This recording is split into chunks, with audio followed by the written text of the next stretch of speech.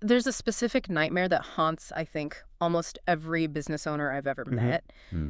And it isn't a market crash. It's not a competitor. It's the suspicion that you're spending 40 years building an empire, sacrificing weekends, missing school plays, Always. only to have it all get locked away in a legal freezer the moment you die. It's that locked freezer image that really, really gets people. And unfortunately, looking at the material we have today, especially beyond the will and the work of trust consultant Lunka Sturman, that nightmare is, well, it's very likely for most people. So today we're doing a deep dive into this concept called the asset protection fortress.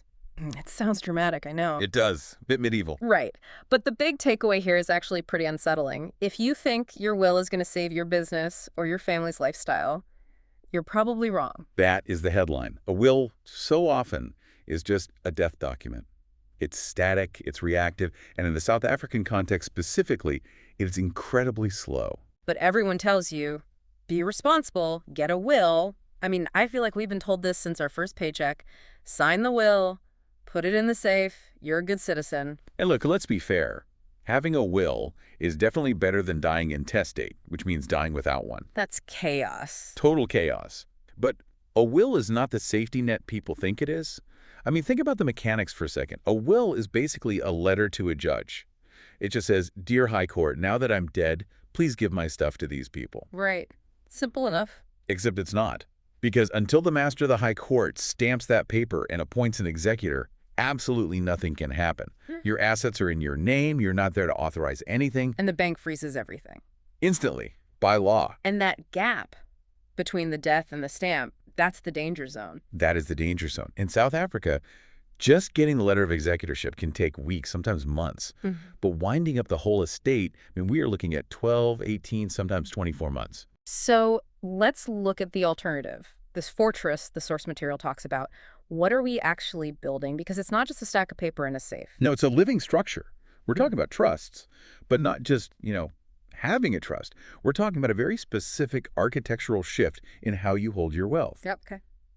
The core philosophy that Lumka Sturman pushes, and she's the expert we're looking at today, is this: separate ownership from risk. Separate ownership from risk. That sounds like a mantra. Break that down for us. Okay, so in the traditional model, the one most of us use, you, the individual, you own everything. Your house, your car, your business shares, your investment portfolio, it's all attached to your ID number. Right. My name is on the deed. My name is on the bank account. Exactly. Which means if you get sued, they come for your name. If you get divorced, they audit your name. And when you die, your name is what gets frozen. So the fortress model. It changes the premise entirely. Yeah. You don't own the assets. The trust owns the assets. But wait, if I don't own it, do I lose control? I don't want some third party telling me if I can buy a new car or reinvest in my business. And that's the beautiful distinction. In a properly structured South African trust, you are a trustee. You control the trust, but you're not the owner of the asset itself. It's like being the CEO of a bank versus robbing the bank. You control the vault, you decide where the money goes, but it isn't technically yours to lose in a lawsuit or a freeze. I want to dig into that because there are some incredible case studies in the notes that show this perfectly. The difference between the will plan and the trust plan. We have Richard Thornton and Margaret Crawford. Yes, this is the perfect A/B test. So let's look at Richard first. He's your classic success story. A manufacturer, 62 years old, worth about $40 million. He did what he thought was right. He had a comprehensive will drafted by a top attorney. Sounds standard. He checked all the boxes. He did, but he passes away unexpectedly. Now, because all his assets, especially his business accounts and personal trading accounts, were in his personal name, the freeze kicks in. So the day after the funeral, his wife, Susan, she tries to buy groceries. And the card is declined. The bank has to freeze the accounts. And in Richard's case, there was a backlog at the master's office. It took 6 months just to get the authority to touch the money. 6 months? How does a business even survive 6 months without access to its own capital? It didn't. That's the tragedy here. Suppliers need to be paid next week. Staff need salaries on the 25th. You can't tell your landlord, "Oh, hang on, the master's office is a bit backed up." The business went into a liquidity crisis. They had to sell off assets at, fire sale prices just to keep the lights on. That is just heartbreaking. It's not just money lost, it's the legacy. Destroyed by paperwork. Now, contrast that with Margaret Crawford, similar wealth, about her $40 million. But 5 years before her death, she worked with a consultant and moved her investments and business shares into a trust. She passes away at 65. And the freeze. Hmm. There wasn't one. Explain that. Why didn't the bank freeze her accounts? Because Margaret didn't own the accounts. The trust owned the accounts. The trust didn't die. Margaret died. The trust is a separate legal person. The other trustees just held a meeting, they minuted her passing, and it was business as usual. The very next day, the trust could pay bills, distribute money to her family, invest. It's continuity. That's the word. It is seamless continuity. The source material calls it the difference between an event and a process. For Richard, death was a catastrophic financial event. For Margaret, it was just an administrative change. There's another example that really drove this home for me, the Henderson family. This was a hybrid situation, wasn't it? Yes, James Henderson. He was halfway there.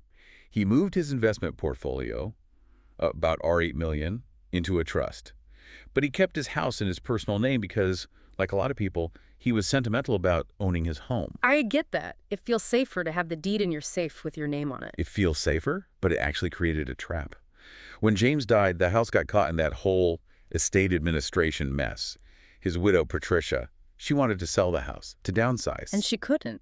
Couldn't touch it. She was stuck in that house for 18 months waiting for the executor and the master to authorize the transfer. 18 months of rates, taxes, maintenance. Stuck. But, and here's the silver lining, because the $8 million was in the trust started paying her a living allowance the week after the funeral.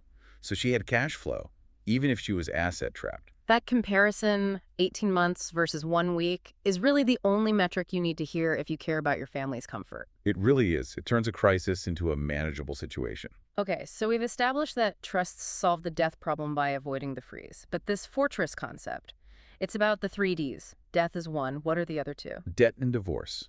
And honestly, for any active business owners listening, debt is the one you should be worried about right now while you're alive. This is the creditor protection part. Correct. Look, business is risk. We all know that. Yeah. You sign surety, deals go south, markets turn. If you hold assets in your personal name, you have what lawyers call unlimited liability. Meaning if I crash the business, they take my house. They take your house, your car, your personal savings. Everything. They strip you bare. But if the assets are in the fortress... Let's use the Thomas Wright case study from Lumka's files. He was a property developer. High risk, high reward. He had the foresight to move $12 million of completed investment properties into a trust while business was good. While business was good. That feels like a key detail. Oh, it's crucial. You can't move assets after you're in trouble. That's fraud. You have to build the fortress while the sun is shining. So, years later, a completely different development project went belly up. And the creditors came knocking. They came with battering rams. They liquidated his personal estate. But when they looked at the $12 million in the trust, they hit a legal wall. Because? Those properties did not belong to Thomas. They belonged to the trust. Even though he was a trustee? Yes, because the entity is legally distinct.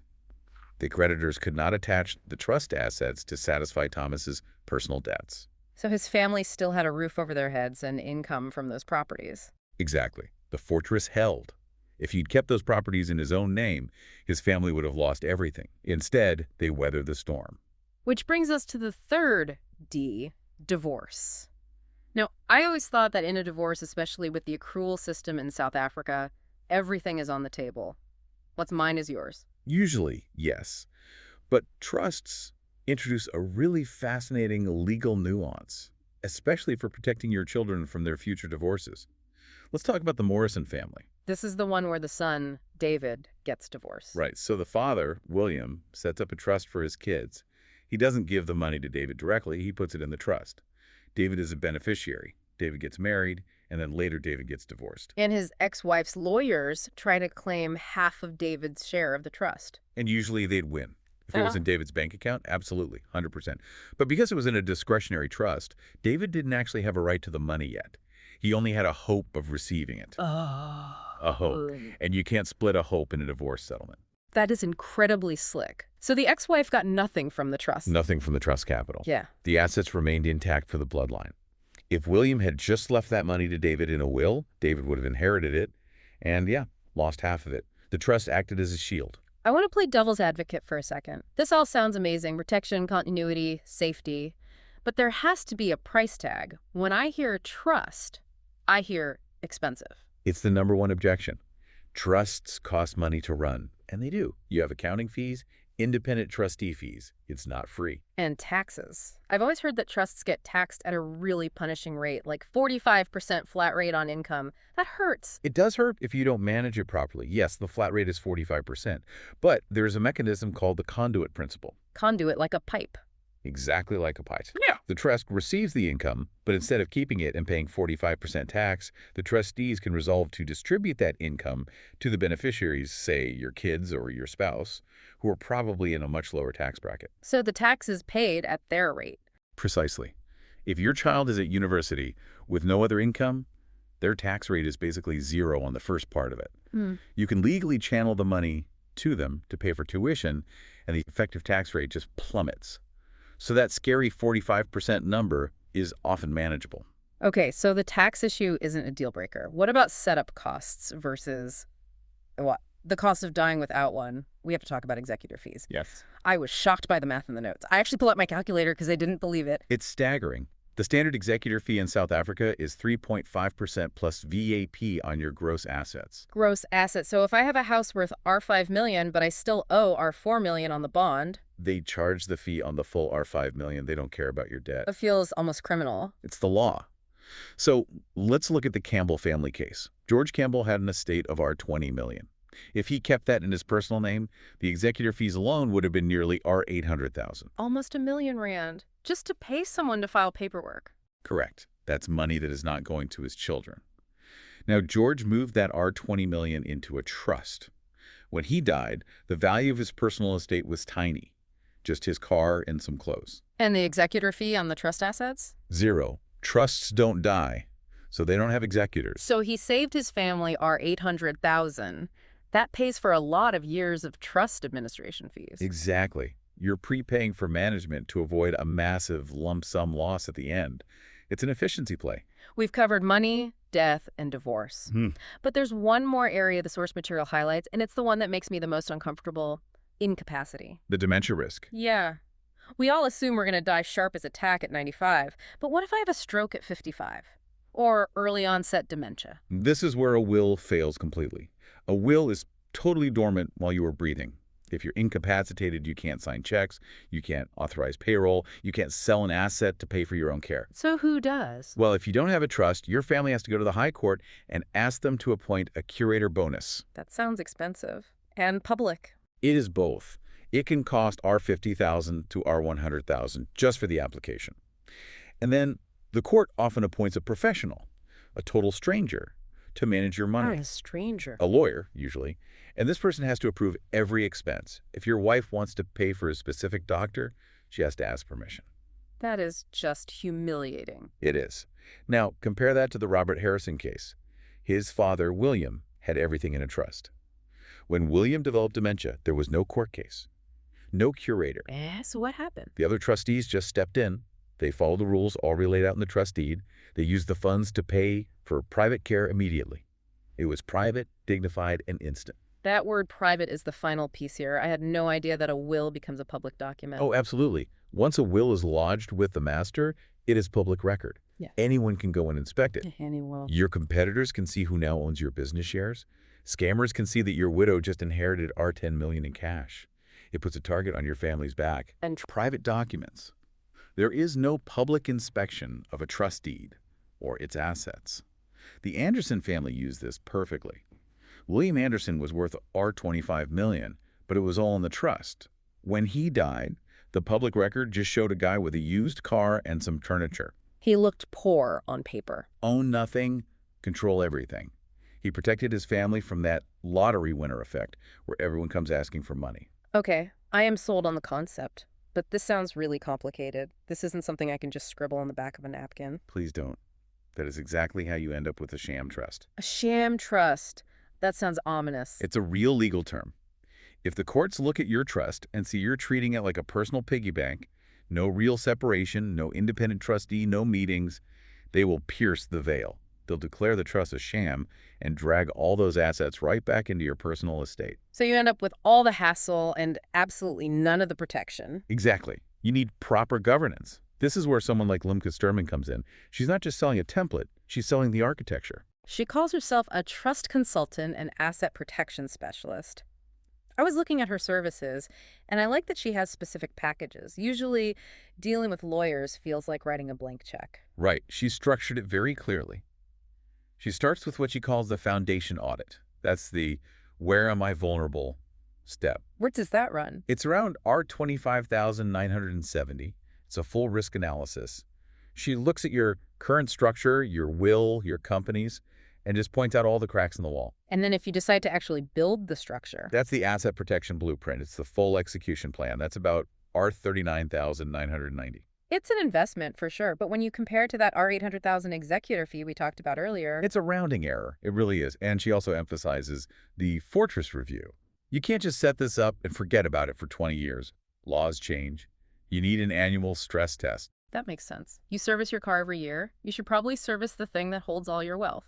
For listeners who are maybe sweating a little bit right now, Limca has a wait list for these audits at lumcasterman.com. I would highly recommend at least reading her material. And she says, everyone deserves financial security, but you have to actually build it. It doesn't happen by accident. So let's wrap this up. We started by pitting the will against the trust, almost like a boxing match. But they aren't enemies, are they? No, they're partners. You still absolutely need a will. You need a will to appoint guardians for your minor children. A trust can't do that. Mm-hmm. And you need a will for your personal effects, your jewelry, your car. And the source mentions a pour-over will. I love that visual. It's the ultimate safety net. You draft your will to say, if I forgot to move anything into the trust, if I bought a motorcycle last week and forgot, I hereby leave it to the trust, it acts like a funnel. Pouring any loose assets into the fortress. Exactly. It ensures that nothing is left exposed. It creates a unified strategy. This has been a massive eye-opener. I think the provocative thought for me today is about the definition of responsibility. We think responsibility is signing a will and putting it in a drawer. But isn't that actually kind of lazy? It is. It's delegating the survival of your life's work to a bureaucratic system that doesn't care about you. The master's office doesn't care if your business fails while your file sits on a desk. Real protection happens while you are alive. That's the takeaway. Don't leave your legacy to chance. Build the fortress. Go build your fortress. And check out lumcasterman.com if you need the blueprints. Thanks for listening to The Deep Dive. We'll catch you on the next one.